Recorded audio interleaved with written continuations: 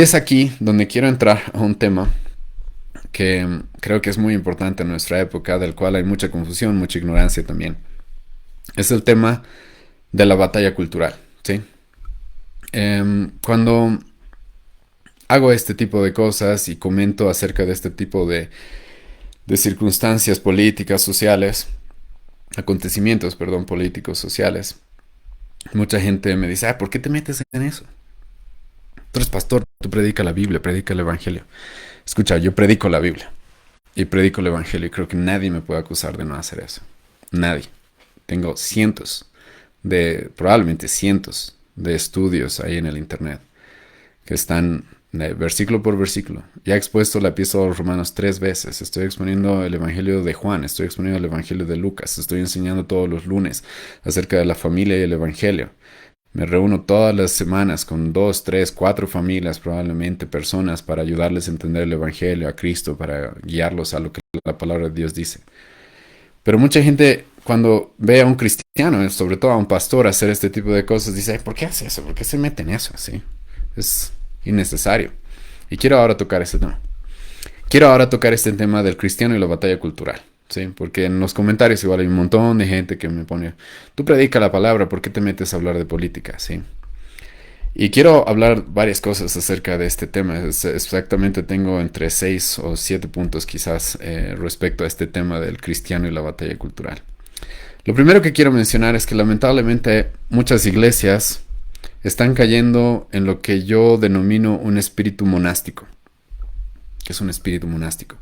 No soy pentecostal, no soy carismático, no estoy hablando de que hay espíritus ahí dominando, cosas así. No, sino es una forma de expresar de que hay muchas iglesias que han caído en en el error del monasticismo. ¿Cuál es ese error? Sí? La era monástica, monasterios, monjes, no sé si les suena familiar. Personas las cuales buscaron apartarse de la sociedad para no involucrarse con nada, porque así pensaron que van a ser santos, separados de todo lo mundano, separados de todo lo secular, separados de todo lo que no tiene que ver con lo espiritual. Lamentablemente en un dualismo entre lo sagrado y lo secular, ¿sí? Para mucha gente hablar de política es de pecado, eso es del diablo, eso es de la tierra, eso es mundano, ¿sí? Meterse en cosas sociales igual, ¿sí? Porque la iglesia está solo para orar y para estar encerrada en cuatro paredes, estudiar la Biblia allá adentro y punto, ¿sí? Ese es un espíritu monástico. Eso es un monasticismo moderno que muchas iglesias sufren en nuestra época. Que creen que encerrándose y no percatándose de lo que pasa a su alrededor, igual no importa, dicen, no, nosotros somos ciudadanos del cielo. Voy a hablar de eso en un momento. Entonces, ¿qué importa lo que pase aquí, en este mundo? ¿Sí? ¿Qué importa? Entonces, nosotros estamos mirando con los ojos en el cielo y los gobiernos pasan, entran, van y a nosotros no nos interesa. Eso está mal. Eso está muy mal. Eso es un error, ¿sí? Y voy a explicar por qué es un error. Uno de los grandes errores es porque Jesucristo escucha lo que dijo, Juan capítulo 17, versículo 15, no ruego que los quites del mundo, sino que los guardes del mal. No hay una prohibición para el cristiano en involucrarse en aquellas cosas que no son pecaminosas, pero involucrarse en aquellas cosas que le pertenecen a este mundo, que le pertenecen a esta era presente. No. Lo que sí Jesucristo dijo es guárdanos del mal. Debemos guardarnos de cualquier tipo de pecado, cualquier tipo de maldad, eso sí. Pero Jesucristo mismo oró y dijo, no los quites del mundo. No los quites del mundo. Como cristianos estamos en este mundo. Es la realidad, ¿sí? No podemos escapar de este mundo al cual Dios nos ha puesto, aunque muchos están intentando escapar. Encerrándose en cuatro paredes, pensaban que allá adentro es toda la vida cristiana. Y la realidad es de que no. La realidad es de que no. Dios nos ha puesto en un mundo en el cual vamos a tener que afrontar temas sociales, temas culturales, temas políticos. Son parte del mundo en el cual, escucha, Dios nos ha llamado a ser sal y luz. Sal y luz.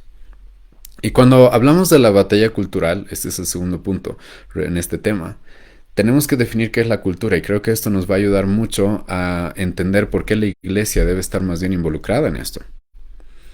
¿Qué es la cultura? Sí, la cultura viene de la palabra cultivar, ¿sí? Cultivar. La palabra cultura tiene que ver con aquello que se cultiva, los pensamientos, el conocimiento que se cultivan en una sociedad, los cuales van a dirigir sus acciones. En otras palabras, es aquello que los pensamientos, no en otras palabras, voy a repetir lo que acabo de mencionar, ¿sí? Cultura son los pensamientos, el conocimiento que dirige a una sociedad en sus acciones.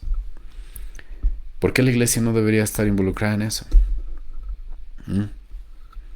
Hace un momento acabo de hablar del golpe de Estado, de lo de Sencata. Si estamos viendo de que están mintiendo, ¿acaso no tiene la iglesia la responsabilidad de predicar la verdad? ¿De reprender el engaño? ¿De reprender el pecado, el error?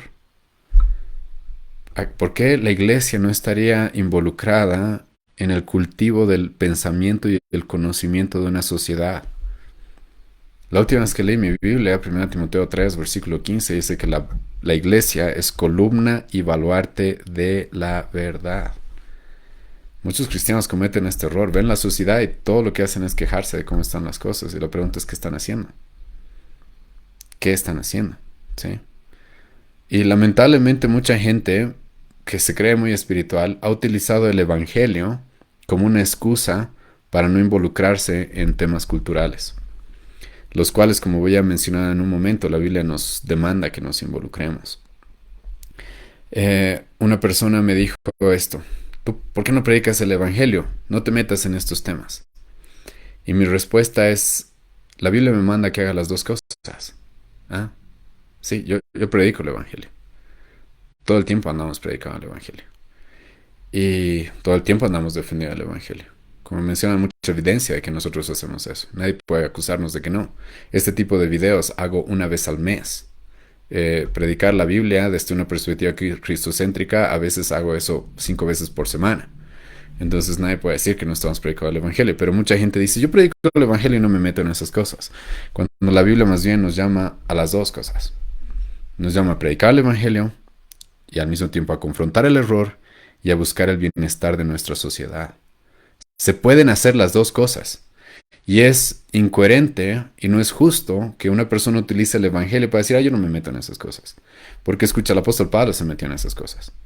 Si el apóstol Pablo dice: si yo predico a Cristo y este crucificado, y es el mismo apóstol Pablo el cual va a tocar temas culturales, temas sociales, va a tocar temas de la familia, va a hablar de la sexualidad, va a hablar de todo tipo de temas en sus epístolas. Todo tipo de temas. Y tú le dices: Pablo, ¿para qué estás hablándole a los divorciados? Sí, si tú predica el evangelio y punto. Pablo, ¿qué estás hablando tú acerca del gobierno y los impuestos? Sí, tú predica el evangelio y punto. Pablo, ¿tú qué estás hablando acerca de temas culturales de aquella época, de los filósofos de Grecia y ese tipo de cosas? Tú dedícate a predicar el evangelio. ¿Mm? El apóstol Pablo hacía eso. Juan el Bautista hizo lo mismo. El precursor a nuestro Señor Jesucristo, ¿sabes qué hizo? Acusó a sus gobernantes de la maldad, específicamente a Herodes. Herodes lo acusó de su adulterio, como el día de hoy estoy acusando a nuestros gobernantes de mentirosos y corruptos. Eso es lo que estoy haciendo, porque es necesario que alguien lo haga. Juan Bautista también lo hizo, y creo que Jesucristo, cuando se encontró con Juan Bautista, no le dijo: Juan, ¿qué estás haciendo? Perdiendo el tiempo. No te preocupes por Herodes, tú déjalo, ¿sí? Tú dedícate a bautizar. Creo que no. Juan Bautista se involucró con eso. Daniel en el Antiguo Testamento estuvo dispuesto a enfrentarse al gobierno de su época, ¿sí o no? ¿Estuvo dispuesto o no? Cuando se levantaron reyes, los cuales impusieron leyes en contra de lo que Dios mandaba, ¿qué es lo que hizo? Yo no voy a obedecer y lo voy a hacer de manera pública. Yo voy a ir en contra de lo que están diciendo. Y Daniel lo hizo de manera pública. Se le prohibió a Daniel orar. ¿Sabes qué hizo Daniel? Orar en su ventana. Creo que nadie lo obligaba a orar en la ventana, no es un mandamiento orar en tu ventana. Sinceramente, yo creo que lo hacía para mostrar claramente y dar el ejemplo de que no se va a someter a gobiernos tiránicos y corruptos, los cuales están legislando leyes que van en contra de la palabra de Dios. Daniel hizo eso. Y la pregunta es: Daniel, ¿por qué no les predicas simplemente el evangelio? ¿Sí? ¿Los profetas del Antiguo Testamento acaso no hicieron eso? ¿No confrontaron a los gobernantes de su época? No los culparon de su idolatría, de su maldad, de sus engaños. ¿Acaso los profetas del Antiguo Testamento, y aquí me estoy refiriendo a Isaías específicamente, ¿No incluso confrontó a los líderes, a los gobernantes paganos? Isaías también lo hizo. Isaías también lo hizo. Y Isaías al mismo tiempo también predicó a Cristo. También predicó el Evangelio. Es uno de los profetas que más, si no, probablemente es el profeta que más habló de Cristo en el Antiguo Testamento. Entonces, esta dicotomía de que predicas el Evangelio o te involucras en la batalla cultural es un error. No hay esa dicotomía. No tiene por qué haber ese choque como si fueran dos cosas separadas. No tiene por qué haber eso. Porque se pueden hacer las dos cosas. Y creo que los ejemplos que acabo de dar son claros de que se pueden hacer las dos cosas. Se puede hacer las dos cosas. Es más, como voy a mostrar ahora, yo creo que se debe hacer las dos cosas. Porque la Biblia nos llama a la acción. ¿Qué dijo Jesucristo? Sermón del Monte. Dijo, sean la sal y la luz. ¿De dónde? ¿De la iglesia? Obviamente tenemos que ser sal y luz en la iglesia. Debemos ser la sal y la luz del mundo. ¿Por qué crees que Jesucristo dice no los quites del mundo? Guárdalos del mal, pero no los quites del mundo, porque el mundo necesita la sal y la luz. ¿Qué hace la luz? Alumbra donde hay oscuridad. Donde el engaño está, donde el error está, la luz alumbra. Donde hay tinieblas, donde hay ignorancia, la luz alumbra. ¿Quién tiene esa responsabilidad? El cristiano.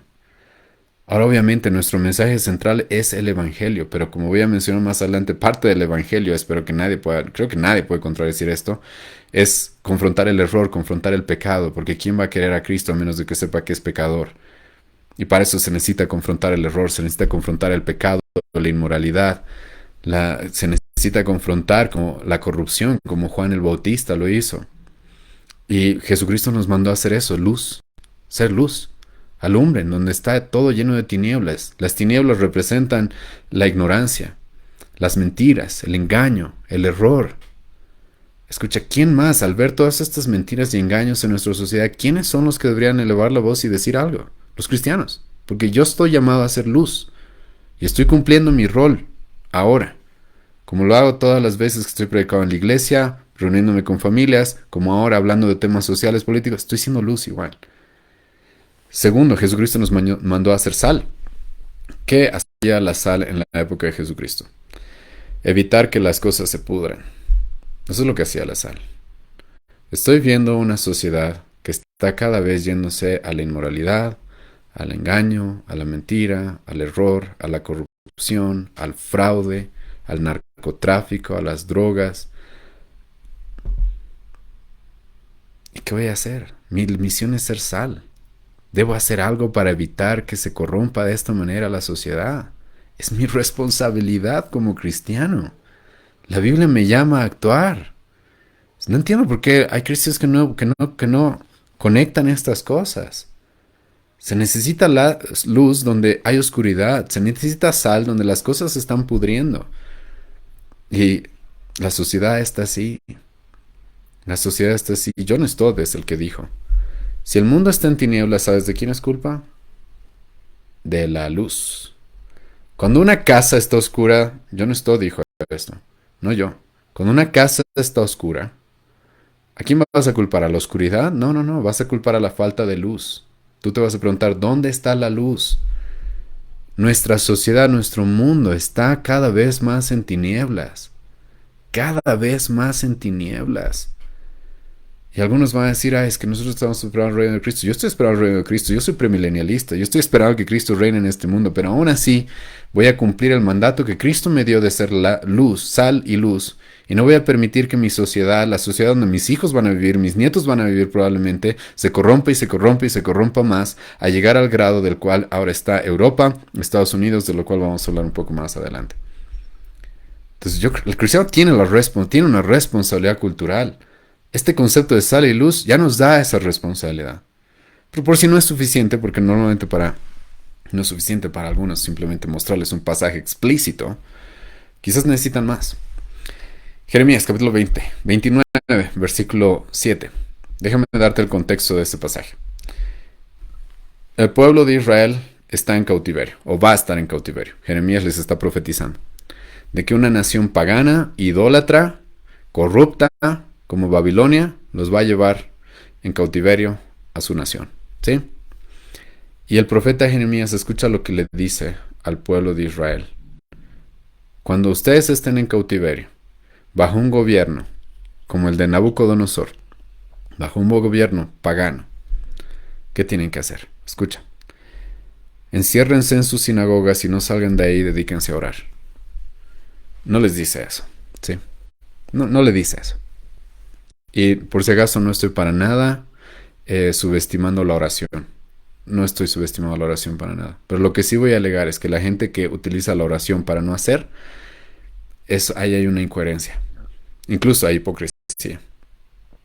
Porque utilizan la oración como una excusa para no hacer. No, debemos orar. Y Pablo mismo nos va a mandar que oremos por nuestro mundo, oremos por nuestras autoridades, oremos por nuestros gobiernos. Escucha lo que el profeta Jeremías le va a decir al pueblo de Israel, que está bajo el dominio de un gobierno pagano. Procurad la paz de la ciudad a la cual os hice transportar, y rogad por ella a Jehová, porque en su paz tendréis vosotros paz. Escucha lo que está diciendo. Aquí el profeta Jeremías está uniendo estas dos cosas, la oración y la acción. El profeta Jeremías les dice, busquen. La palabra buscar en el griego darash significa alguien que va a cuidar algo, alguien que va a procurar, alguien que está siguiendo algo. ¿Y qué es lo que dice el profeta Jeremías que deben seguir? La paz. ¿Qué es la paz? En el hebreo es shalom. Significa paz, pero también se puede traducir como bienestar. Incluso se puede traducir, escucha, como prosperidad. Busca el bienestar de la ciudad donde vives, dice Dios. Ora por ellas. Busca, pero también el bienestar, porque en ese bienestar vas a obtener tú también bienestar. Escucha, la vida cristiana ya es complicada, ya es difícil. ¿Sabes qué lo hace más difícil? Gobiernos corruptos, gobiernos tiránicos, gobiernos los cuales impongan la mentira, el error, la inmoralidad. Eso va a hacer más difícil nuestra vida todavía. Y los cristianos va a llegar a ese punto, como ya están viviendo en Europa, como ya están viviendo en Estados Unidos, y van a decir, ay, ¿qué pasó? ¿Cómo llegamos a esto? ¿Sabes cómo llegamos a esto? No obedeciendo lo que Dios nos ha mandado, que es buscar el bienestar del lugar en el que vivimos. Y creo que es lo que hemos estado haciendo. He estado haciendo todo este tiempo. Al confrontar a feministas, al confrontar a gobernantes corruptos que quieren implantar el error, la inmoralidad en nuestro país, creo que estoy buscando nuestro bienestar al confrontar esas cosas. Y Dios nos llama a eso. Les dicen, procuren la paz. Y ahora escucha, a este mismo pueblo al cual Dios les dice, procuren el bienestar de la ciudad donde van a vivir, es al mismo pueblo al cual Dios le va a prometer un mejor reino, ¿sí? Es al mismo pueblo al cual Dios le va a decir, yo tengo un reino para ustedes, ¿sí? Que va a llegar. Pero eso no es excusa para que ahora estén como gente con sus mochilitas esperando que llegue ese reino. No. Dios a ese mismo pueblo que les promete un reino, les dice, ok, hasta que llegue ese reino, ustedes procuren la paz de donde viven. Procuren el bienestar, procuren la prosperidad del lugar donde viven. Escucha, esto es muy importante. Incluso esto es parte de amar a nuestro prójimo. Cuando confrontamos este error, este pecado, cuando confrontamos y nos metemos en esta batalla cultural, ¿por qué creen que es? Porque queremos un país en el cual podamos vivir en paz. Y eso es amar a mi prójimo. ¿O no? Este es un artículo que leí de un teólogo de nuestra época, reformado igual. Y él decía eso. O sea, este tema de involucrarse en este tipo de controversias es por amor al prójimo. Escucha, realmente amo a mi vecino yo le quiero predicar el evangelio y le voy a regalar libros con el evangelio y quiero predicarle y quiero que llegue a la salvación. Está perfecto. Pero amo a mi vecino realmente cuando veo de que está en camino a vivir en un país lleno de mentiras, pobreza, corrupción, inmoralidad, violencia y no hago nada. ¿Eso es amor por el prójimo? ¿Eso es amor por el prójimo? ¿Quedarme callado es amor por el prójimo? ¿Estoy amando realmente a mi prójimo? Son cosas que muchos cristianos deberían evaluar en nuestra época. Porque al vivir como monjes encerrados en la iglesia, lo cual, escucha, no estoy tampoco subestimando a la iglesia. Tengo prédicas enteras acerca de la iglesia. La iglesia es el cielo en la tierra, es un pedacito de cielo en la tierra. ¿sí? Pero como iglesia es un lugar donde nos instruimos, nos exhortamos, nos ayudamos, nos edificamos. ¿Para qué? Para poder ser sal y luz, para buscar el bienestar de donde estamos viviendo, que es algo que como ya he mostrado, que Dios mismo nos manda y que es parte de amar a mi prójimo. Hay otro pasaje en el profeta Ezequiel, en el libro del profeta Ezequiel, capítulo 22, versículo 30, que creo que es muy contundente también. Les animo a leer el capítulo 22, especialmente la segunda parte, donde el profeta Ezequiel va a mostrar, y pronto voy a subir una prédica sobre esto, va a mostrar eh, la situación social en la que el pueblo judío vivía. Y era una situación muy difícil. Sus gobernantes se habían corrompido. Sus gobernantes eran como lobos rapaces que robaban a las personas, las utilizaban. ¿Les suena familiar? La religión de su época se había corrompido. Los sacerdotes, los profetas estaban guiando a las personas por un camino completamente equivocado, engañándolos, utilizándolos. ¿Les suena familiar?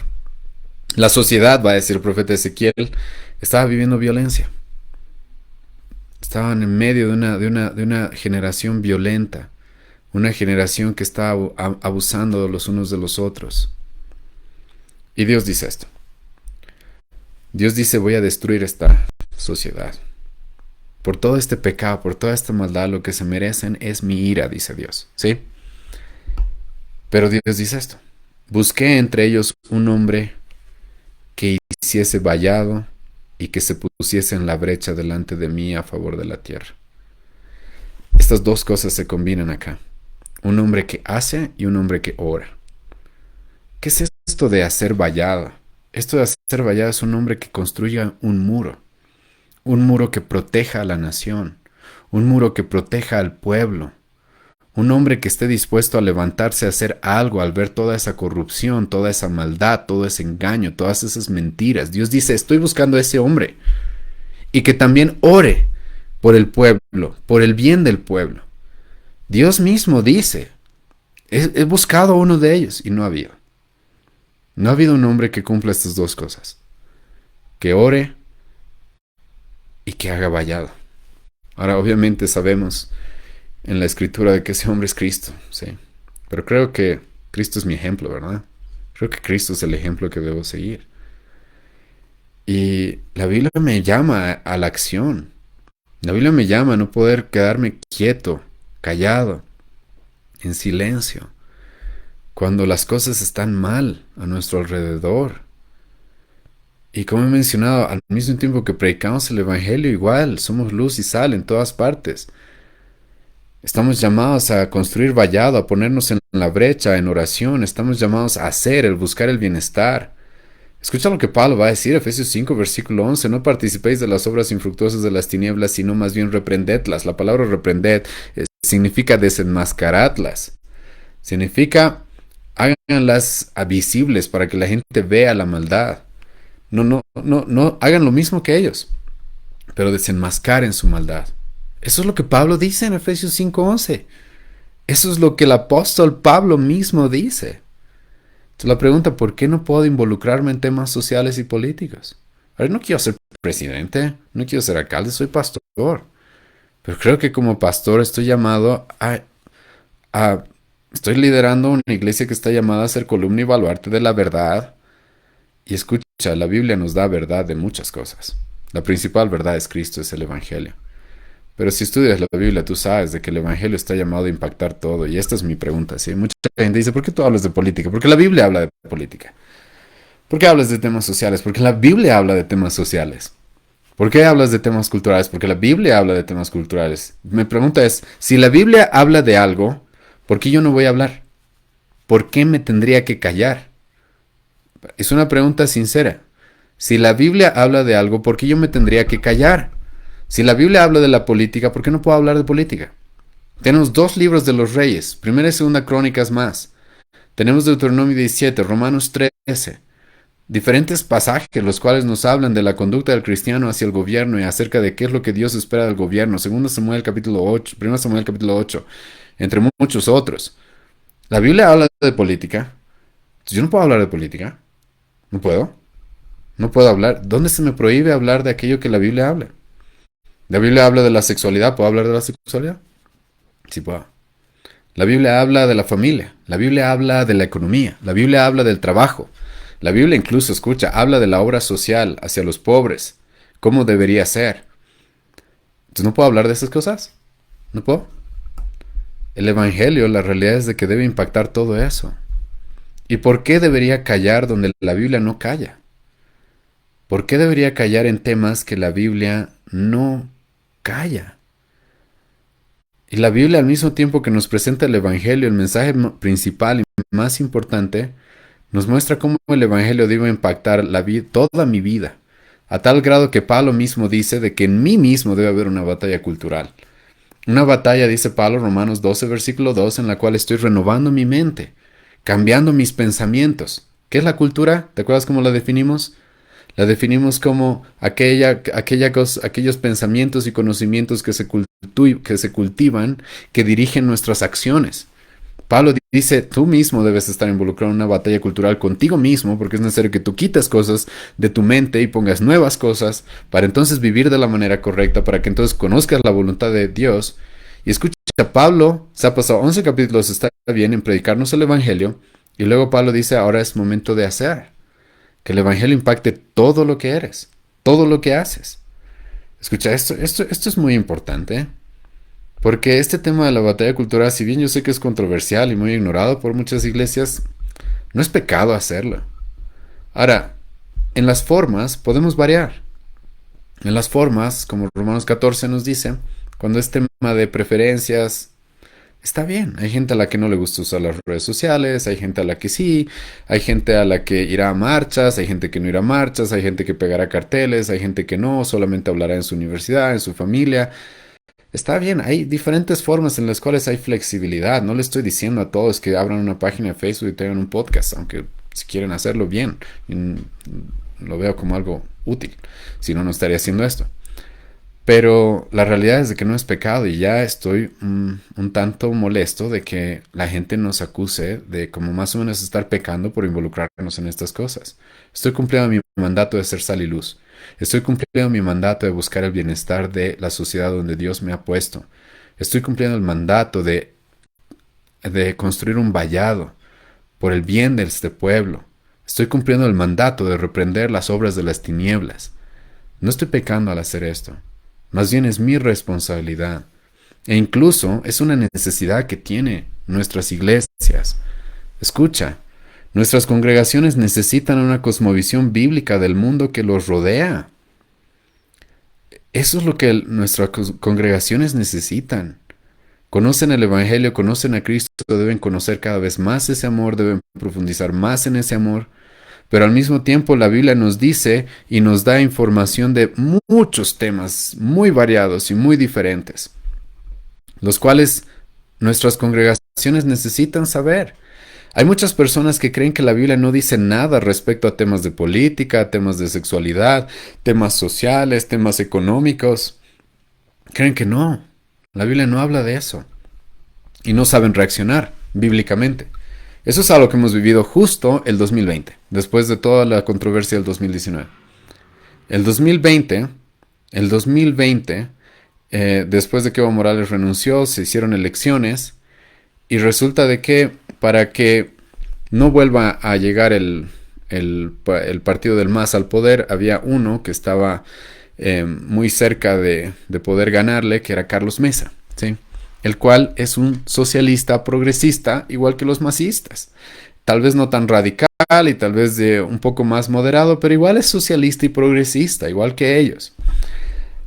Y muchos cristianos querían votar por Carlos Mesa, cuando es un hombre que apoya el aborto, cuando es un hombre que apoya el movimiento LGBT. Y ahí yo abrí los ojos y dije, ok, tenemos una congregación, tenemos una iglesia, tenemos un montón de cristianos que no tienen una cosmovisión cristiana acerca del gobierno, una cosmovisión bíblica acerca del gobierno, acerca del qué es lo que Dios dice, de los gobernantes, de la política.